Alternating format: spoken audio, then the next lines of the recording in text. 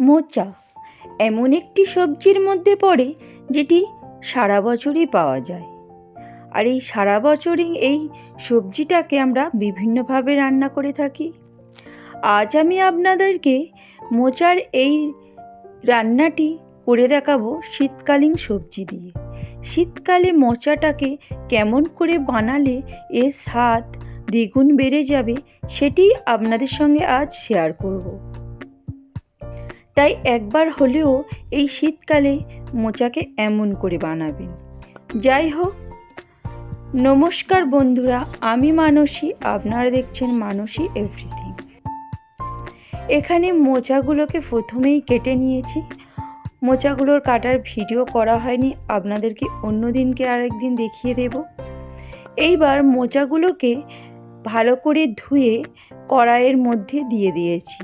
এখানে মাখা ছাকা জল দিয়েছি, দিয়েই এর মধ্যে দিয়ে দেওয়া হলো 1 চামচ হলুদ গুঁড়ো ও 1 চামচ নুন, দিয়ে ভালো করে মিশিয়ে নিয়ে এটিকে চাপা দিয়ে দিতে হবে।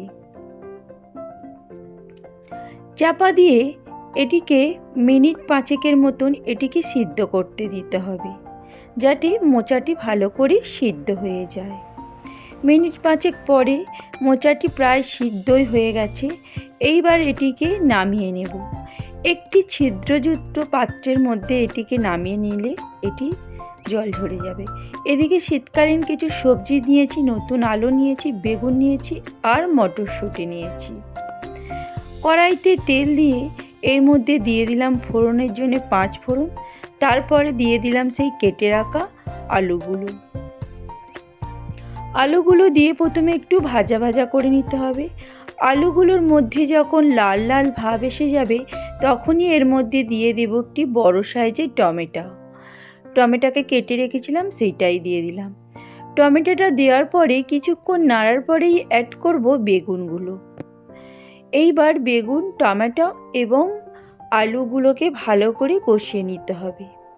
এর মধ্যে অ্যাড করলাম 1 চামচ হলুদ গুঁড়ো, 1 চামচ নুন ও ধনে এবং জিরে গুঁড়ো।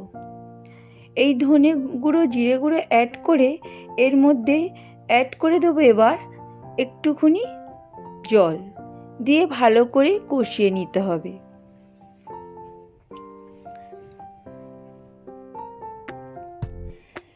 কিছুক্ষণ কষানোর পরে এর মধ্যে দিয়ে দিলাম 1 টেবিল চামচের মতন আদা বাটা।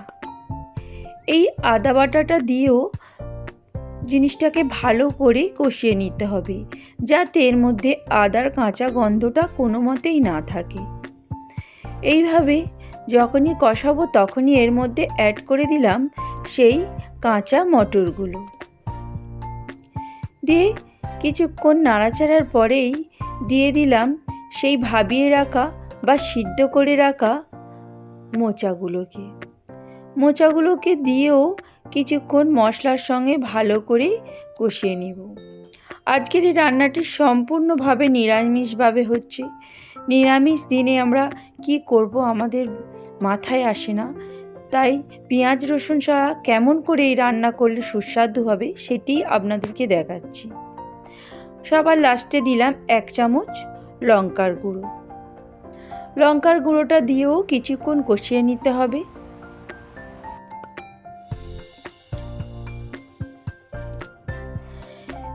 মিনিট 2 কষার পরেই এর মধ্যে দিয়ে দেব জল।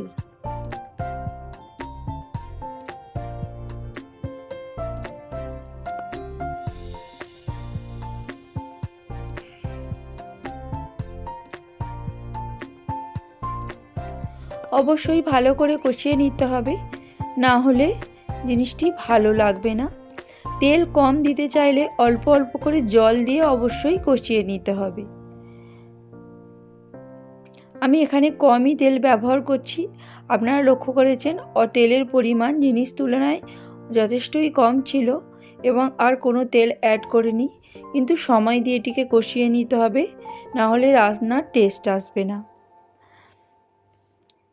তারপরে অ্যাড করে দিলাম জল। জলটা অত্যাধিক পরিমাণ দেব না, মাখা চাকা পরিমাণে জল দেব, কারণ একটি মোচা প্রায় সিদ্ধই হয়ে আছে, যাতে আলুগুলো সিদ্ধ হয়ে যায় এবং সম্পূর্ণ সবজিটি একসাথে মিলেমিশে টেস্টফুল হয়। তাই এখানে মাখা চাকা পরিমাণে জল দেব। জল দেওয়ার পরেই এর মধ্যে অ্যাড করে দেব বাতাসা। এখানে আমি 3টে বাতাসা দিলাম। আপনারা চাইলে 1 টেবিল চামচ পরিমাণ চিনি ব্যবহার করতে পারেন, আর যারা মিষ্টি খেতে চান না তারা স্কিপ করতে পারেন। তবে নিরামিষ তরকারিতে একটু মিষ্টি দিলে তার টেস্টটা ভালো হয়। মিনিট 5 পরে চাপাটা খুলেছি, দেখুন আমার প্রায় রেডি হয়ে গেছে। এইবার খুন্তির সাহায্যে আলু এবং সবজিটাকে একটু চেপে চেপে ম্যাশ করে নিতে হবে, দিলে আমার রেডি হয়ে যাবে নিরামিষ মোচার ঘন্ট, যেটি শীতকালীন সবজি দিয়ে বানানো হয়েছে। তাই শীতকালীন সবজি দিয়ে এই মোচার এই রেসিপিটি কেমন হয়েছে অবশ্যই কমেন্ট করে জানাবেন। এটিকে একটি পাত্রে তুলে নিচ্ছে সার্ভের জন্য। এটি যতটাও অ্যাট্রাকটিভ দেখতে হয়েছে, এটি খেতেও ততটাই সুন্দর হয়। আমার এই সিম্পল সহজ সরল রেসিপি ভালো লেগে থাকলে অবশ্যই করে লাইক করবেন, আর আমার পাশে থাকার অনুরোধ রইল। সকলে ভালো থাকবেন, সুস্থ থাকবেন।